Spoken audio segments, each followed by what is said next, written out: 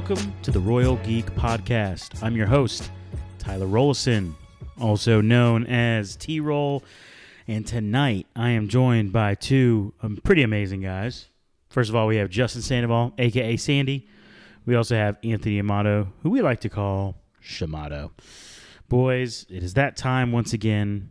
We are here to review The Rings of Power, this epic series from Lord of the Rings. Epic? Yeah. Epic is like the perfect word to use there, man. This episode alone was epic. Like it was, it was wild.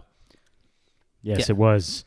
Yeah, we're exhausted. Yeah. Listen, there's a lot of content going on. This is our third podcast of the night, and I'll be honest with you, I am exhausted. I can't tired. Tell you what time it is. You'd be ashamed of us for being up this late.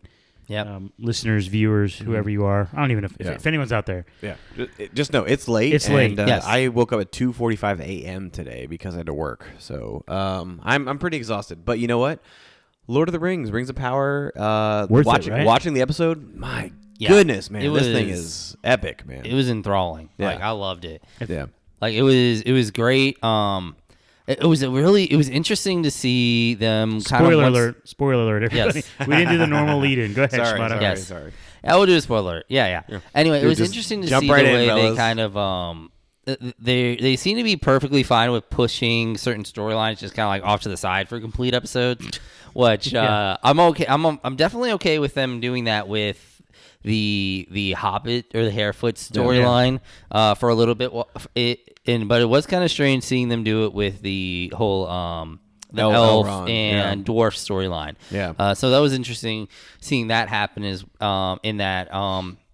does kind of make me think: are we almost sort of kind of done with the Galadriel /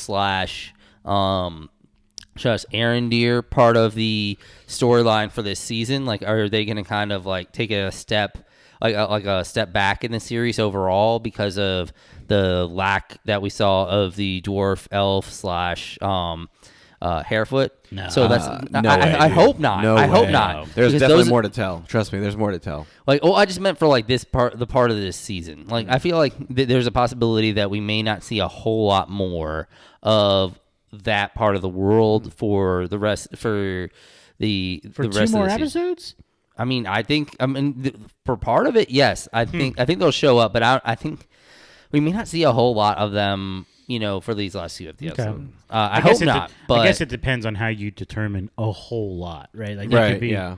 So, anyways, dude, the opening scene, man, how incredible was that to set the scene in the beginning of the episode? Like it was wild, man. The tower coming down and Arondir being a complete BA and like going ham on these guys by himself solo. Yeah. And the way they were able to trick this draw them in. Yeah, draw them in to the tower, and then he just distracts them with the arrows, and then all of a sudden the flaming arrow, and then tower's crumbling down, and like, dude, it was just epic, man. Yeah. And it was kind of crazy just seeing how like they were.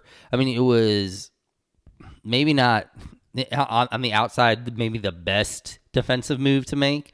But, I mean, it was something you kind of had to do to, like, you got to start knocking off some of these without, losing your own people type of situation, Yeah, and, I mean, watching him as a one-man wrecking crew was truly incredible. Like, the arrow skills are there for sure. I do think Legolas is much better with the bow than he is. I feel like watching him, Arondir, that is, draw his string back. Like, I don't know. It's just not as quick as Legolas. And I mean, yes, elves are good at a lot of things because they've had years and years and years to master those skills. They have an advantage. Yes, but I mean, it was awesome seeing him being able to fight. He fight close combat, and he was also able to use bow and arrow very well in this episode. And just the first couple minutes alone, like it was gory too, right? Like it was like you watched much more gory than you watched. You watched the orcs get crushed by rocks. Yes. You saw arrows going through all different parts of the body. Like it was as a simple-minded man as myself. The blood and guts and gore, like you draw me right in. I'm a sucker for that, and I was there, man. This episode rocked. Yeah, and 100% rocked. Yeah. Well, and on top of that, in a way, showing how awesome Arendir is. It's actually building up one of the other main characters, Galadriel's abilities, because if you're saying this is the baseline for a elven fighter, because he's not necessarily like super incredible, he's considered to be probably like middle of the road type of elf when it comes to like probably fighting ability. Well, Galadriel's like elite. Yeah. Like, so you're saying everything that he does, she is like a couple steps up, so like so in a way it's building her up by showing someone who is considered more at a even level. Mm-hmm. Yeah. And she had some scenes that were very it stole the scene for sure. Yeah.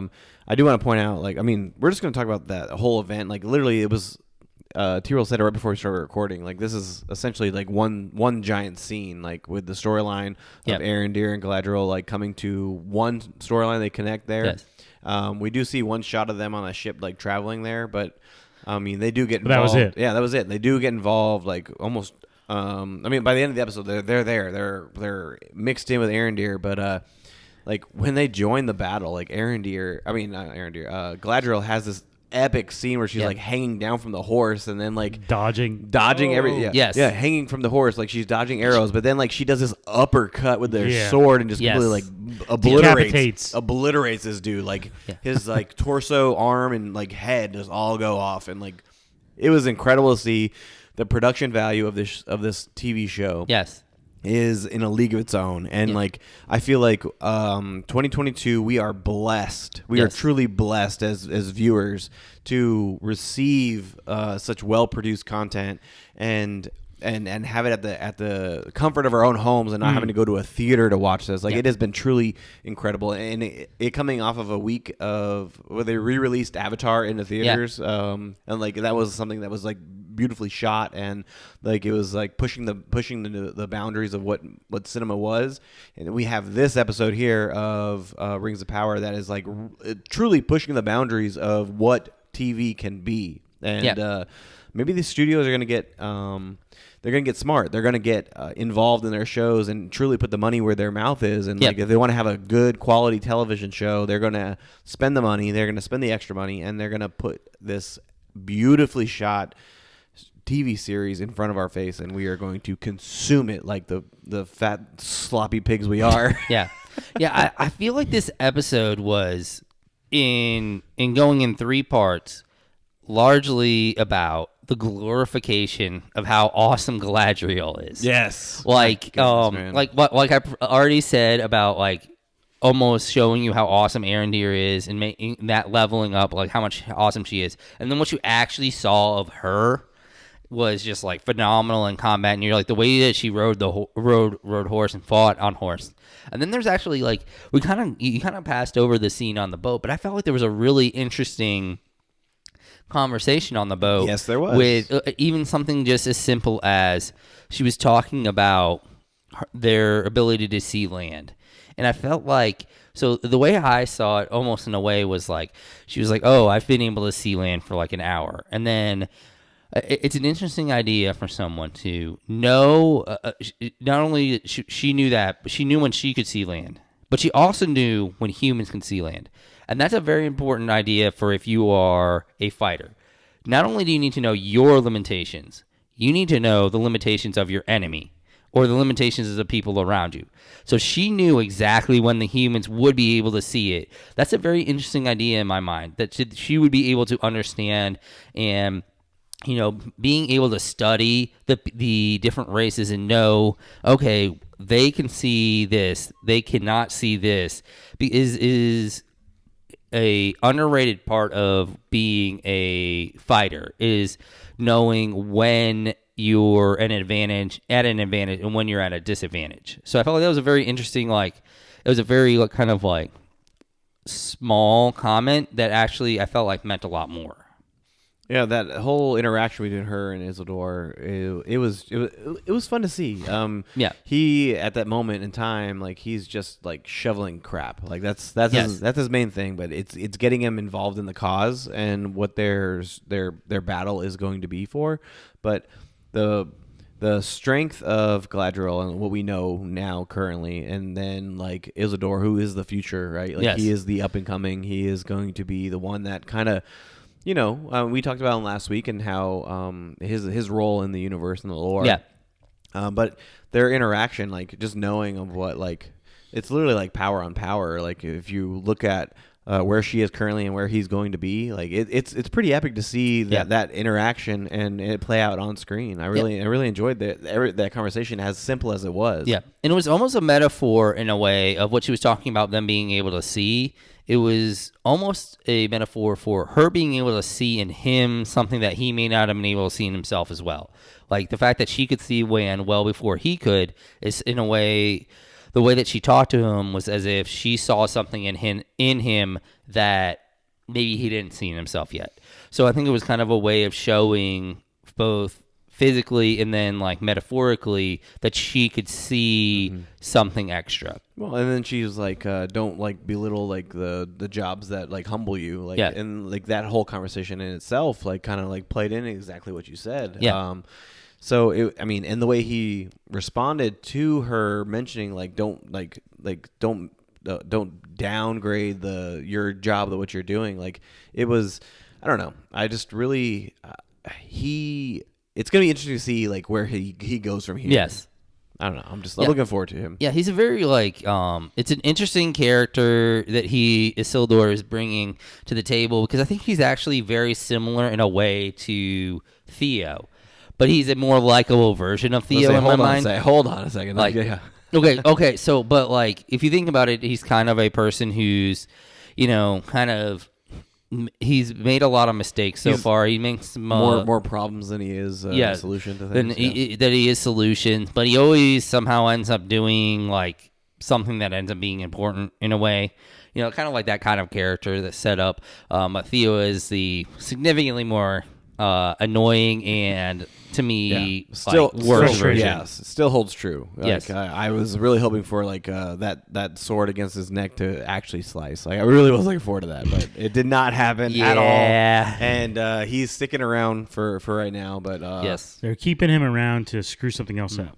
He will. He will. And I know I feel like he's going to screw it up, and he's going to screw it up royally. Like it's going to happen. I know that. Yeah, I feel like he's the character who has unfortunate plot armor, for the sense that he's going to be around for a long time. He's going to get himself into so much trouble, and then he's going to end up getting himself out of it, and then he's going to get praised for it in a way that he doesn't deserve. Similar to in the last episode when Arondir was talking about like his supposed like heroism for coming in here and being willing to fight. He's like, oh, it took me hundreds of years, 200 years. You've done in 14, and it's like, okay, like Theo does not deserve that. Yeah, like pull it back, brother. Like he's not in that level. Yeah, rein it in. Yeah. I mean but like you said, this is basically one just big battle.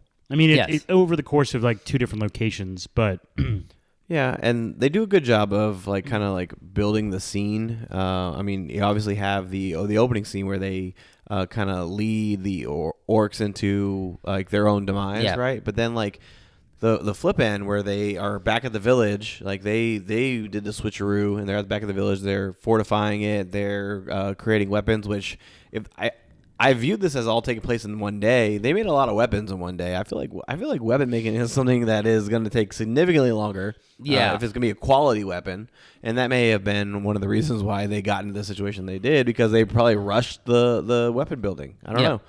Well, you also got to think like, so initially you're thinking you're fighting one group, and then you're actually fighting a significantly different group. So I think that's part of it. Is like you can kind of give you're like, okay, so maybe their weapons weren't great, but they were fighting, the big reveal is that they're fighting their own people, that they're taking out their own people there. But yeah, it was very interesting to see like the back and forth kind of like chess game that was being played. Initially the humans get man gets the upper hand at the stronghold, and then you think they get them again, but it turns out they don't. It's really just a ploy, kind of like in that scene in The Dark Knight, where all of a sudden they find out all the hostages are actually or that they think who the villains are actually just hostages, whereas they're not hostages, but they're like kind of unwilling servants of Adar at that moment. Which Shimano, like, shout out to you because you called it last week where you said that they were going to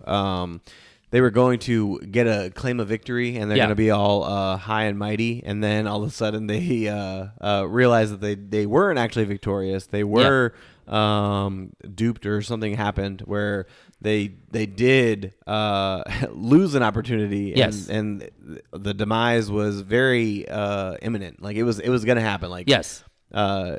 So, like, the scene where they are in the tavern, they're locked in there, and the orcs have revealed that they were not actually the ones being defeated by them in the town, which we see that the new followers, the human followers, were just given orc armor. Yes. And while they thought they were holding their ground and standing their ground and fighting the orcs, yes, and killing them, turns out there was only a few orcs sprinkled in there, yes, to for effect, just kind of tricking them into thinking that they are doing something good, like you called last week. Yep.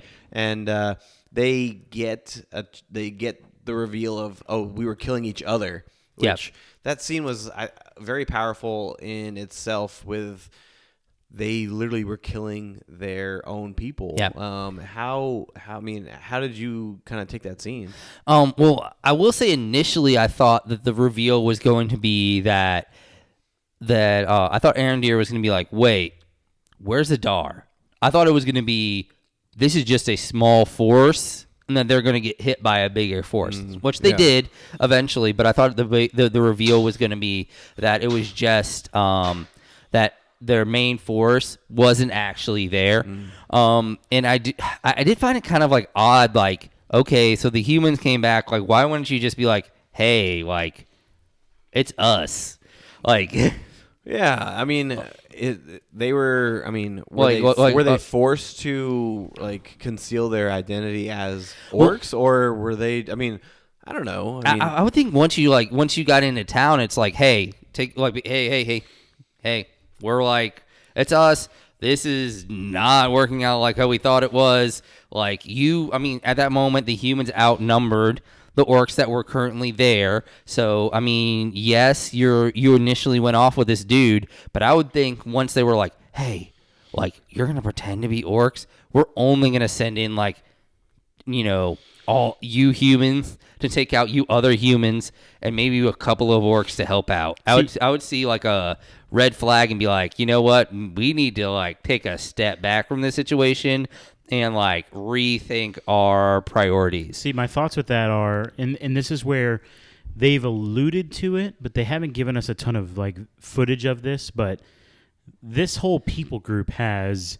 a history of, like, aligning itself with, like, darkness. Yes. So I think there's a lot of people that are just like, what's his name, Waldreg, or? Yeah, Waldreg, yeah. Waldreg. Yeah, I think a lot of them, I think, really believe the same things. Oh, yeah. As him. So, like, I think they're just that committed to the cause. Possibly. But it's like they also send in orcs. Yeah, but I feel like when they're getting stabbed, don't they, like, make human grunts? Like, I mean, I feel like you would have picked up on that kind of stuff. Like, it did feel a little weird, I'll admit. Yeah, they were literally slaughtering other humans. Yeah. And they only realized it when afterwards, when Arondir was realizing the blood. Yeah, especially because the blood that fell on him was completely like motor oil. Which, yes. Yeah. Which, how intense was that scene where he is, like, being strangled and he's fighting for his life? Like, it was very well done and shot, and the fact that you were like, he's literally gonna die. Like, I felt like that this character, this beautiful specimen of a character, was going to end, and I was like, please don't do that. Yeah, like, I felt like they did a really good job of, like, speeding up some of the camera, or I don't know if they were speeding up or slowing down some of the camera shots to show, like, to add extra velocity to, like, how he was being thrown around. Like, just to show how much of, like, a rag doll he was kind of being, like, just thrown around this town as he was just getting beat up. And of by course, the super orc. Yes, by this, dude, the orc was massive. And, I feel like the scene where he is fighting that massive orc, it was a one shot. I feel like we were following him in every movement, which either it was just sped up. I believe it was sped up, but they stayed on him, and it was a one shot. I truly feel like it was one take on that. Possibly, It looked incredible. That fight scene looked incredible. The up closeness of the pulling the knife out of his eye and the eyeball just dripping like oil. Yes, the oil grade blood on him, and it getting in his mouth. And I don't know. When I saw that imagery, like I kind of thought, like, is the blood of orcs was what makes elves or other people into orcs? Like, hopefully, were you hoping that was like almost more of almost like a zombie situation where like the person that's slowly what I turns over time. I kind of gathered that, and like if he starts making this change or transformation, like I'm going to be pretty upset. I would say pretty upset. I don't think so. Yeah. Nah, I don't think so either. No. I think it was just the intensity. They were trying to show the intensity, and it was. Well, okay, I don't think it really was even the intensity. Like, I think they were literally foreshadowing. They were like, hey, this is what orc blood looks like. I think it was entirely, yes, it was to kind of like show the intensity, but it was purposefully supposed to like just jam in your face. This is what orc blood looks like. So that when they showed that scene of a human injured, you were like, oh, like you immediately drew those lines together to where you were like, okay, that's definitely human. There's something wrong here. Like, and I think that's part of the reason why they drew that out was just like, that's in your face. That's definitely the reason for sure. Yeah. Well, they so they think they win. I was like, it's definitely too especially easy. when I'm like, well, we didn't see the leader dude, Adar or whatever. Yeah, Adar. Yeah, it's like did they really think Adar, the leader, was going to be killed in the very opening scene? Like, come on. So, and then the rest of the orc army comes in, and they're getting mowed down with those arrows, man. Yeah, they are. The townsfolk. Yes. I mean, they're getting mowed down, and they go to the keep. They go inside the tavern, and Bronwyn got. Yeah, she got nailed twice. Like, it was almost to the point to where I was like, I don't know. I wasn't sure that was her for a second. It was like, because like like she took 2 shots, and I was like, those seem like those might have been like critical shots there. Right. Yeah. Well, so I was almost like, which she did. They did say that she did lose a lot of blood. Yes. And the scene where they are like healing her with they put the seed on her and the whatever seed he was wearing around his neck, and then they burn and cauterize her wounds. Like it was very intense to see. I thought they lost her for real. Yeah. I really did. And then why does he make Theo do the backside of the burn? Like just the I feel like he was gonna, I feel like he was gonna mess that up too. Like I just like she better not die because of something stupid Theo does. Well, like that's gonna be messed up. I see, because it was the same thing it was the same moment that like it was the same moment from the previous episode where he's like, it took me 200 years, it only took you 14. They're just jamming scenes in where you're supposed to like give Theo praise, and I feel like he hasn't deserved it yet, and they're just doing these scenes so that you don't like, so that they're trying to build a connection between the viewer and Theo as a character. Is really what it comes down to. And and also I think it's almost like a stepdad trying to like build a connection with like his new son. Like, here's tickets to the ball game, love me, like that type of situation. Like he's trying, like, and though it's something very like, and it's a negative thing that he's actually having him do, but it's also like he's giving him responsibility and in these moments, and he's treating him like a man in these moments, So like it's almost like because he's trying to have this connection with Theo.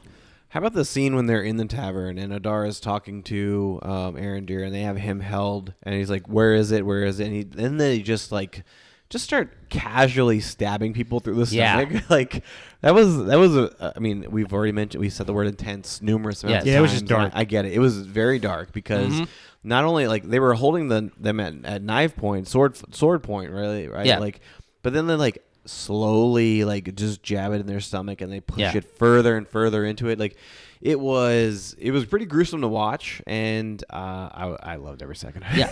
Well, it's also awesome because going back to a little bit what you were saying, T-Roll, about the relationship between these people and where they stood allegiance-wise.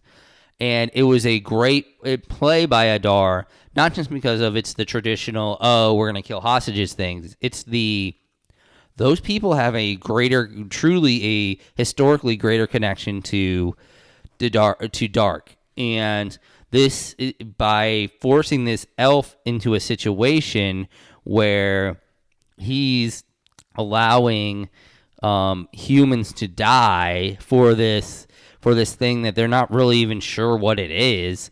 Like it shows a very they have a shorter rope for what an elf is willing to protect than they would if it was another human who is actually in charge, in my mind. Yeah, very well said. Very well said. Well, Theo ends up blowing it and handing over the surprise. Yeah. Yeah. What is it? The hilt. The hilt. Yes. Yeah. Yeah. Surprise indeed. And I didn't think we were going to lose Bronwyn there. I figured, like, if she survived that, the wound she had, she was probably going to make it through there. Yeah. But we also knew that, like, the human army from Numendor, did I say it right? I swear every freaking word I say in this review. Numenor? Yeah, it's Numenor. What did I say? Numendor. I don't know, dude. You guys need to do this freaking thing, man. I can't get with all these different words. I mean, I don't either, but the closed caption does help when I watch. I know. Whatever. Yeah. Freaking. But yes, you do see Numenor join the fight, and the way they're introduced in the scene with the rumbling of the horses and them just charging in. Such a classic Lord of the Rings scene. Like just seeing them ride in.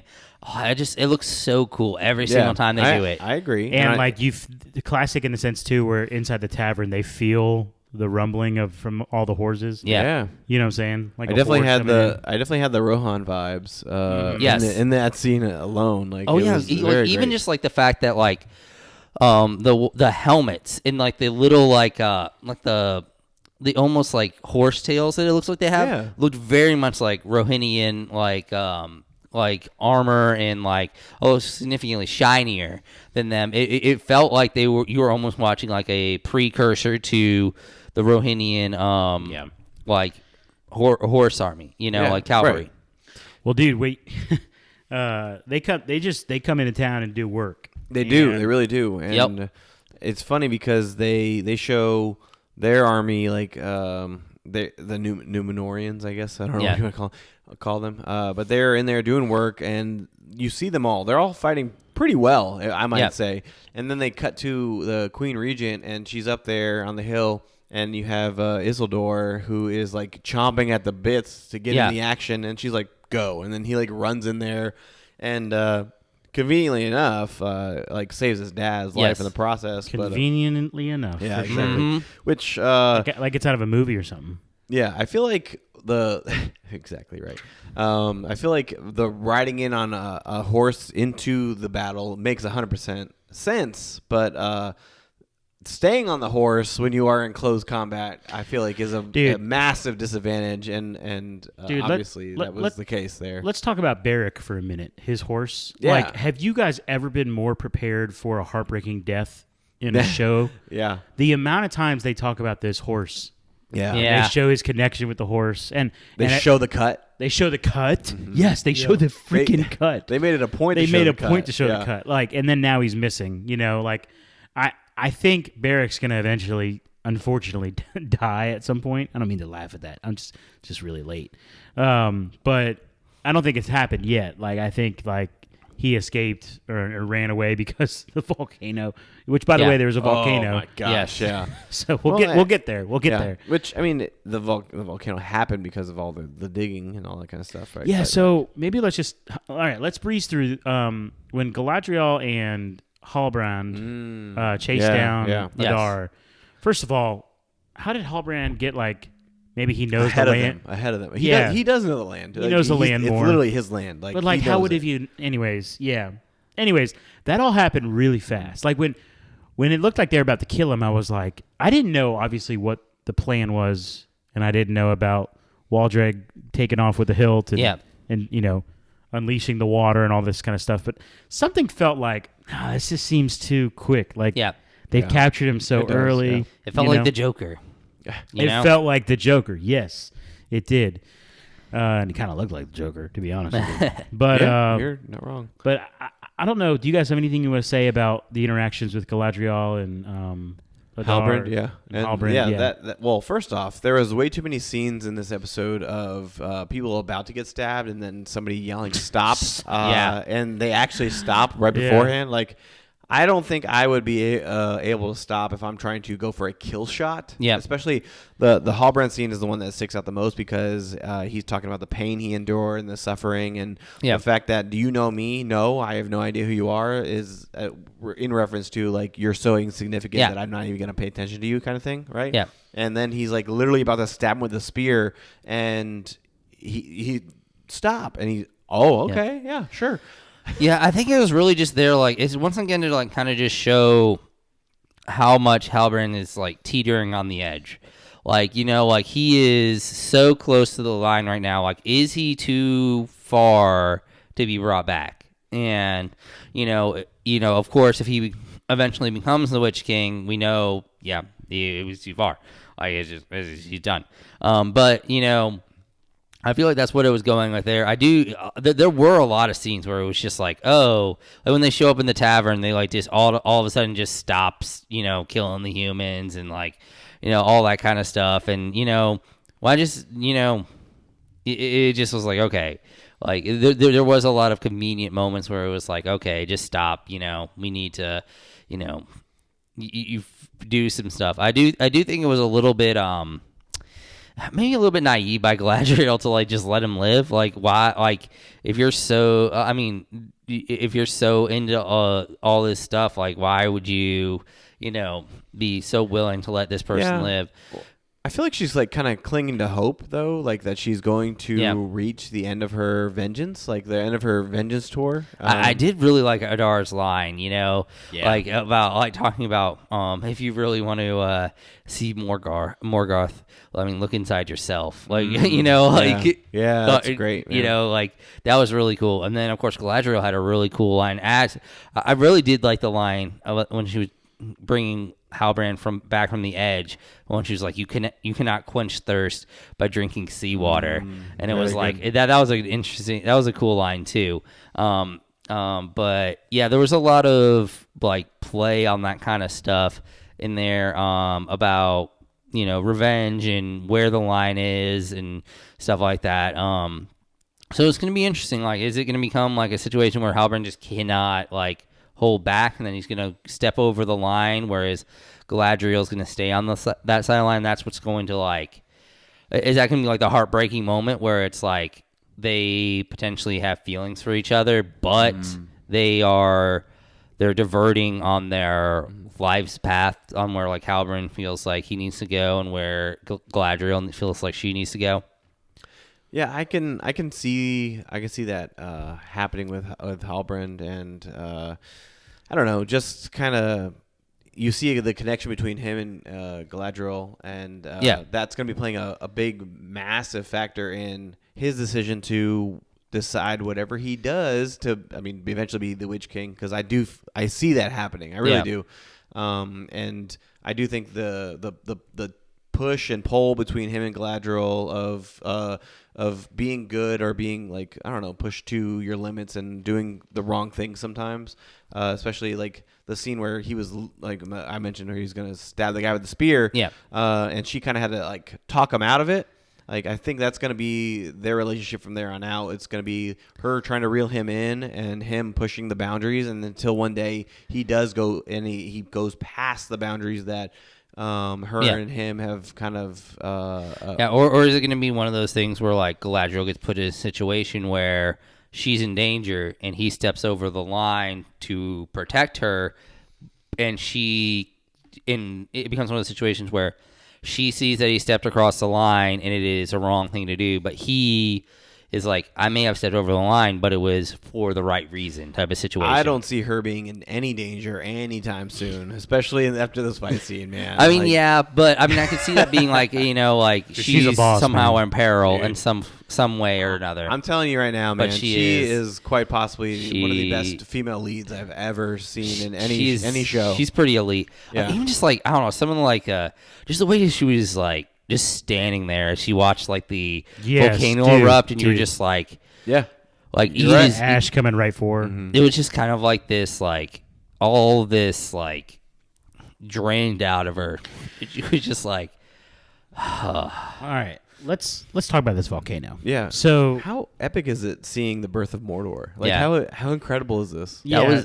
Did anybody know that was about to happen with the water and the tunnels? Like, I always thought the tunnels were just for travel. I did really correct. Think I was under that impression too. I thought that was a really cool like dual purpose that they did with it. Like they were like, because the whole entire time they made it seem like, yes, it was just for like the travel of the orcs so that they can move. And I thought it was super cool that they made it to where, that was just a cover, really. Or maybe just a secondary, reason for why they did this. And the real reason was to get the flow of this river to basically, start the heart of Mordor. Gosh. And the volcano erupting, this goes back to production quality. Like, it was very, it looks like you were watching like National Geographics, but obviously it's not, they didn't film a real volcano, right? Like there's no way. Like no. This is definitely something that they produced and sold. Like, it was great. I don't know much about volcanoes, but like it seems particularly more explosive. Yeah. For sure. Right. For sure. Like, I'm not crazy, right? That volcano seemed really far away. Yeah. And it didn't feel like it took long. It felt so up close, but it was far away. It was. Yeah. Like, fireballs are coming out of the sky. I mean, you don't really like understand. Like, I mean, none of us have been around a volcano when it's exploded. So I mean, especially who really knows? Especially like on with Middle Earth too, right? On true. I mean, who knows? Like the radius of like a I mean, I'm sure there are people who do, but like the radius of where like where like a volcano blows out to. I mean, none of us really know that kind of like idea. I mean, we could look up what Mount St. Helen did, or Krakatoa or whatever it was. There's literally like a listener out there who's like, well, actually, the height of the volcano and the the factor in the wind. So they do know the radius. Based on that. Well, it was intense. Yes. And I mean, the townsfolk just can't get a win, man. They cannot. I think before we started this pod, Shimada mentioned, you might not have been in the room, Justin, but the amount of times like it feels like they figured it out, and then no, and then it feels like they eclipsed the mountaintop, and it feels like they finally won, and no. Even when they actually win, they still lost. Yeah. But even when they actually win, it is intense when they reveal that it's actually the town folks, right? Like, so like the word intense is getting thrown around a lot for this episode. So much so, like my while we were recording the other two episodes, which go back and check those out, by the way, She-Hulk and Andor. A nice plug there, right? Yeah, no big deal. But my wife sent me a text because she was watching The Rings of Power, and she said that was so freaking intense. Like, it was. And she's somebody who like gets involved in shows where she's like stressed and has like anxiety, that kind of thing. So I can only imagine the level of stress she had watching this episode, because literally from the jump of this episode, it is balls to the wall. It was crazy. Yeah. It was very crazy. Probably find a nice synonym for intense. Yes. Insert synonym here for intense. Yes. There you go. Explosive. Sure. Why not? Right. Engaging. Wild. Enthralling. Ooh, enthralling. It's good. Nice. All right. We should probably wrap it up. I mean, it's closing late. thoughts. It's closing late. thoughts. I mean, it's going to be really interesting. I think the character stepping forward, I think it'll be interesting to see the reaction that the character, the stranger, has to this whole situation, and it'll kind of make a decision on what path he may be headed down as we see, is he Gandalf? Is he Sauron himself? It'll be interesting to see how he reacts to the creation of Mordor. Is it something where, he has how that goes. So it'll be interesting to see how the Harefoots react, and also it'll be interesting to see how it continues to go on in the other storylines with the dwarves and elves, and where that is going as well. Yeah, and you mentioned the Harfoots and the Strangers. They're in the area. They're close by, and I'm curious to see how they react to the volcano. Yeah, the volcano and the eruption going on there. I mean, they are smaller in stature, so obviously the volcano it felt very impactful to regular sized elves and humans. So imagine what it's gonna feel like through the perspective of the Harfoots. Yeah. I'm very interested to see that, and especially the stranger and how he kind of maybe feels connected to the explosion. I feel like they're gonna play into that. He's gonna have some sort of reaction to that in the first place. But whether it's either the explosion or if it was the actual sword being like used, like I wonder if it's gonna be one of those type of situations too. And it's going to be interesting to see with the remaining 2 episodes. We like I said, we only had a central focus on Galadriel and Arondir here, so it's going to be interesting.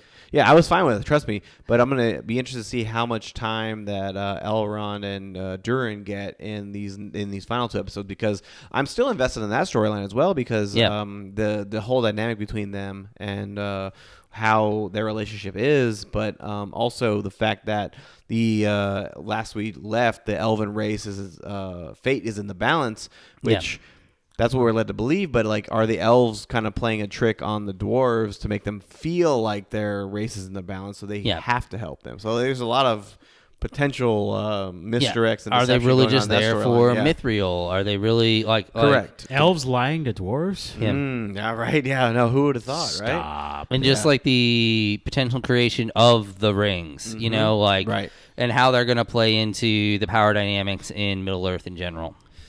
Man, so much going on, and that's the reason why this show continues to be my most anticipated show, because not only do they pose questions for us as viewers, but they do give us answers. They give us the what we're looking for in our return in watching the series. And I'm just curious to see where the questions that they've sparked in this episode lead us to in the next episode and the following finale as well. Yeah, I feel like one of the most enjoyable parts of this episode was just about how much they actually did in this episode. Like I was expecting, truthfully, I was expecting this battle to kind of play out all the way maybe to the end of the season, but they got.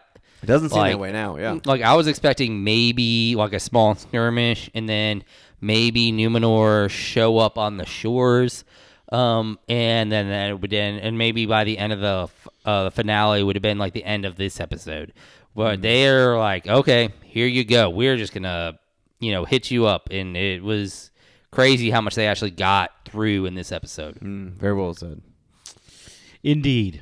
All right, boys, it's time to wrap it up. I'm ready for bed. So let's get out of here. Big shout out to all of our listeners. Thank you for tuning in, whether you're watching on YouTube or listening to the podcast version. We appreciate you.